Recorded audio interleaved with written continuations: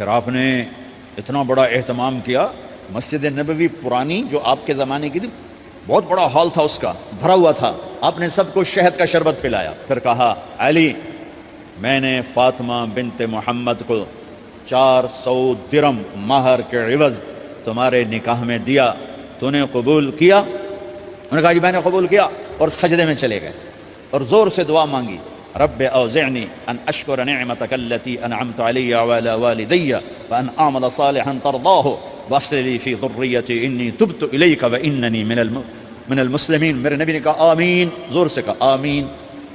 نکاح ہو گیا. رخصتی ہوئی 6 مہینے بعد، 1 مہینے بعد، 1 سال بعد.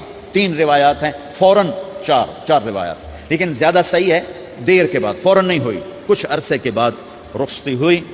حضرت عقیل آپ کے بھائی وہ کہنے لگے علی اب رخصتی ہو جانی چاہیے، تو یہ دونوں مل کر آئے سلمان فارسی کے پاس کہ سلمان بھائی ہماری رخصتی کروا دو. سلمان فارسی کا بڑا احترام تھا، انہوں نے جا کر بات کی ام سلمہ رضی اللہ تعالیٰ عنہ سے. ام سلمہ نے بات کی اللہ کے نبی سے، کہا ہاں ہاں آ جائے لے جائے، آ جائے لے جائے. تو علی رضی اللہ تعالیٰ عنہ اپنی اونٹنی لے کر آئے.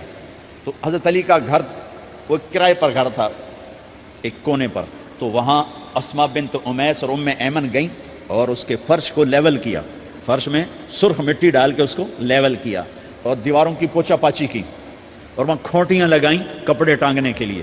آپ نے حضرت عائشہ، حضرت ام حبیبہ، حضرت ام سلمہ سے فرمایا تمہیں پتہ ہے نا مجھے فاطمہ سے کتنا پیار ہے، اسے دلہن بناؤ. دلہن بنانا بھی سنت ہے، دلہن بناؤ، اسے دلہن بناؤ. تو آپ کو دلہن بنایا گیا.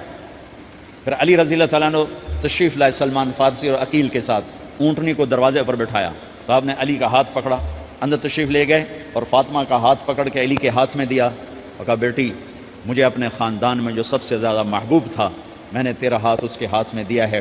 پھر کہا علی تجھے نبی کی بیٹی مبارک، نبی کی بیٹی مبارک. پھر آپ نے اسے پیالے میں پانی منگوایا اور اس میں آخری 2 سورتیں پڑھ کے دم بھی کیا، تھوک بھی ڈالا. پھر اس میں سے انگلیاں ڈال کے ان کے سینے پر چھڑکا کہ دونوں پی لو، دونوں کو پلایا. پھر باہر تک چھوڑنے آئے، حضرت علی نے آپ کو اونٹنی پہ بٹھایا.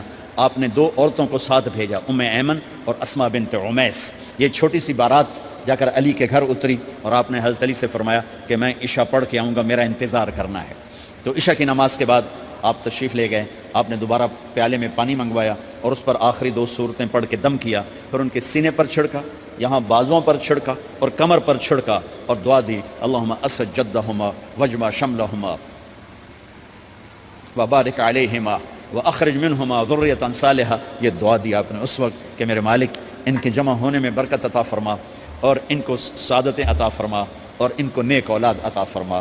یوں میرے نبی نے اپنی بیٹی کو رخصت فرمایا. اگلے دن آپ نے حضرت علی کو بلا کے فرمایا علی ولیمہ بھی کرنا ہے. کہنے لگے یا رسول اللہ میرے پاس تو کچھ نہیں. تو آپ نے کہا، تو سعد بن ابی وقاص کہنے لگے یا رسول اللہ میرے پاس ایک چھترا کھڑا ہے، چھترا لاؤ. ذبح کیا گیا. آپ نے اس میں چھوارے ڈلوائے، قورمہ بنوایا، قورمہ، اور اپنی طرف سے حضرت علی کو پیسے دیے کہ جاؤ جاؤ چھوارے، گھی، شہد خرید کے لاؤ.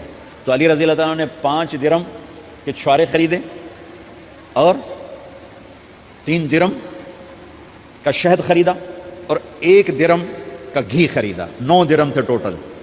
تو آپ نے کافی سارا آ گیا تو چھواروں کی گٹھلیاں نکلوا کے ان کو پسوایا، پھر شہد اور گھی میں ملایا اور ایک سویٹ ڈش تیار کی اور اس کو حضرت علی کے ولیمے میں آپ نے اپنی طرف سے پیش کیا.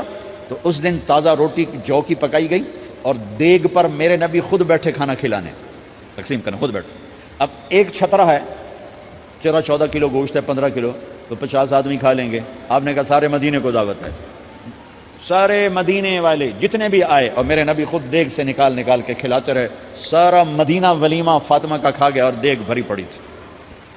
تو ولیمے میں تکلف جائز ہے، سادگی بھی جائز ہے. سادگی بھی سنت ہے، تکلف بھی سنت ہے. ہاں جو ہماری خرافات ہیں، فضولیات ہیں، یہ تباہ کن ہیں، ان سے بچنا بڑا ضروری ہے. اور بھائیو، کسی کی شادی ہو، اس بچے کی ہو رہی ہے، یہ افسر ہے، ایک ریڑھی والے کی ہو، کسی بھی گھر کی آبادی کا ایک ہی سبب ہے، وہ میٹھا بول ہے، وہ اچھا سلوک ہے. جس کی بیٹی کو لے جا رہے ہو اسے عزت دینا، اور یہ جو جا رہی ہے یہ ان کو اپنا ماں باپ سمجھے، اپنے خامند کے ماں باپ کو اپنے ماں باپ سمجھے. جاتے ہی لکیریں لگانا نہ شروع کر دے، میں نے وکھرا کرتے، نو ایدے کرتے، نو ایدے کر.